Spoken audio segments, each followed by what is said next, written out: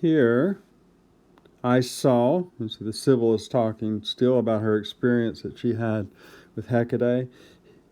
Here I saw the Eloian twins,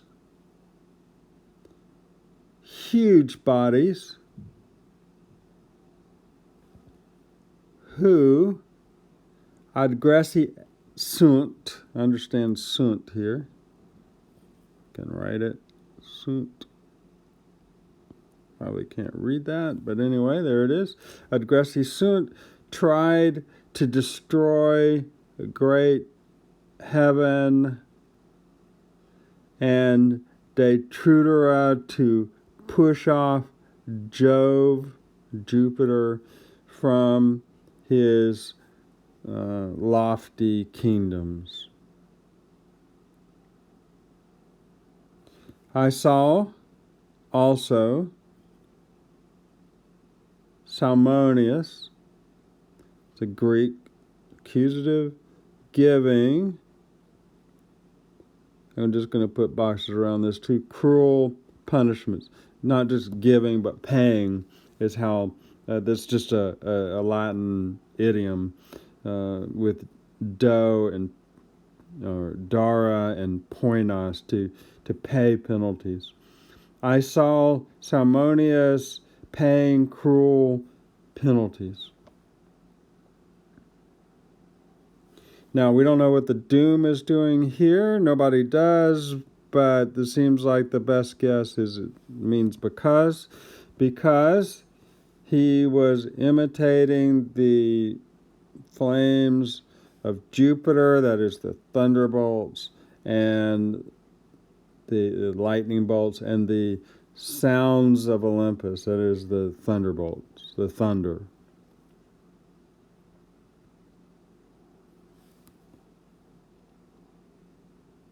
He, carried by 4 horses, and shaking a torch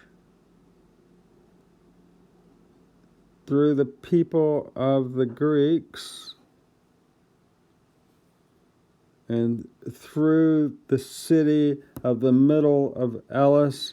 Now, Elis is a city in the Peloponnese right next to Olympia, where the Olympic Games were held. He was going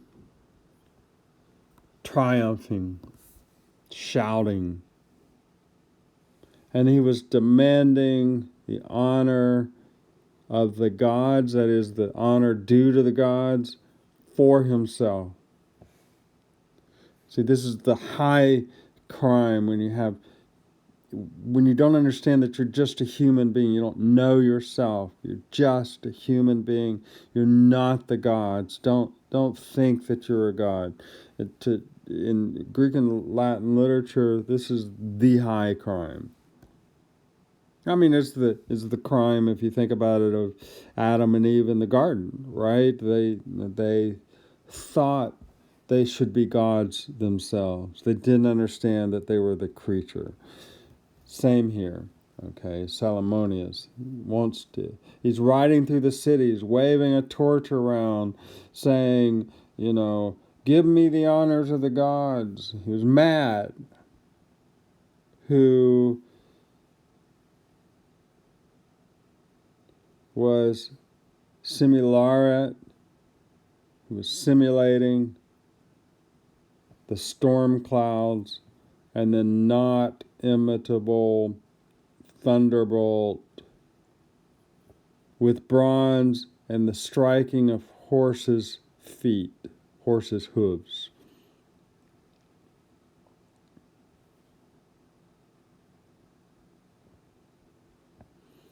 So Ira is the bronze, and then with the striking of the hooves of the horses. So what was he doing to be like Zeus? He had these great torches. He was waving them about like a crazy person, saying, this is my thunderbolt. And the horses' hooves and the bronze that he was clanging, this is the thunderbolts. Worship me like a god. But, No, odd is a strong contrastive, but the omnipotent Father, among the dense clouds, contorted, hurled a weapon. Not that torch, nor lights smoking on torches. So not that firebrand, nor lights smoking on torches. This is a good example of Hyndaides, right? Because he means the same thing with both. Not he hurled a weapon, but it wasn't that torch like Salmonius was holding. We're talking about the real deal now, right?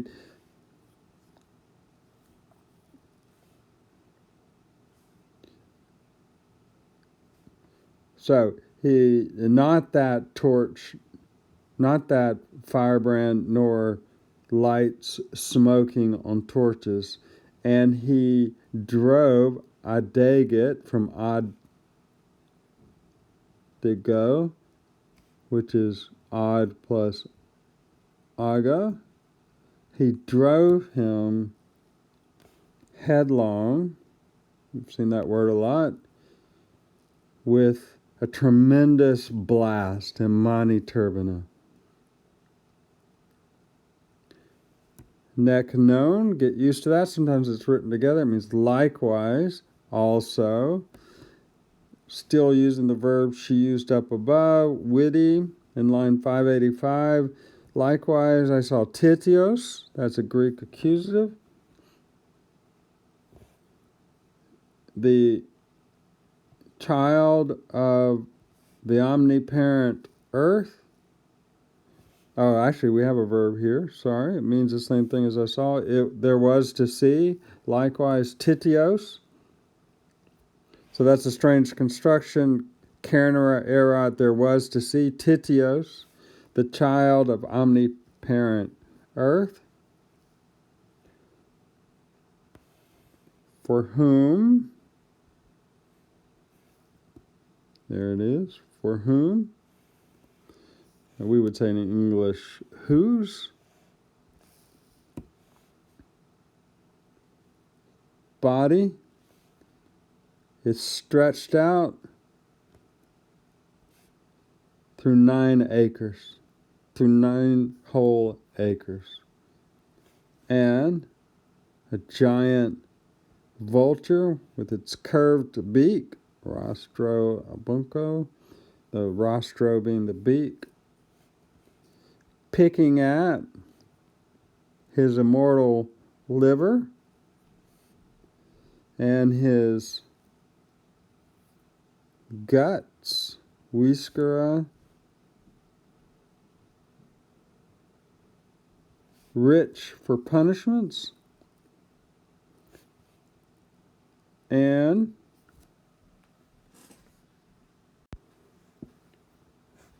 remators, deponent verb, tears them open for his feast, and dwells under his deep chest. So here's Titios. He was a giant. He tried to attack Leto, who was the mother of Artemis and Apollo.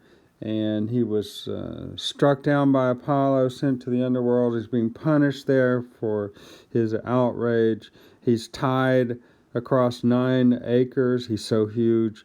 And Zeus's bird comes down and tears at him at his liver. But the problem with eating a liver of a god is that it always grows back. So this goes on and on and on forever.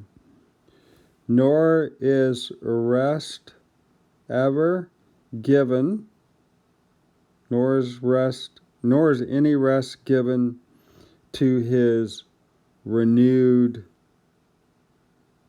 fibers, sinews, guts, whatever they might be. Why should I relate the Lapiths and Ixion and Perithous? Okay, so if you need to renew that or ask me any questions because I didn't state something very clearly, uh, please do that. I think this is a really powerful passage about what's going on in the underworld, the horror of getting down to the underworld and thinking, oh, I got away with something. And then you're standing there in front of the gate and you're thinking, oh, what's this about? And then Tisiphone leaps out at you and just stuns you. And then the gates open and you're pushed in, and there's the Hydra with a 50 open snakes' mouths looking at you, and you're looking at an abyss. It just seems like an eternal black drop off. You could be looking up to heaven and to the light, but instead you're looking into an endless black, dark abyss, and that's the picture of the underworld for those who didn't live right in the world above. All right, and so I leave this to you, and until next time.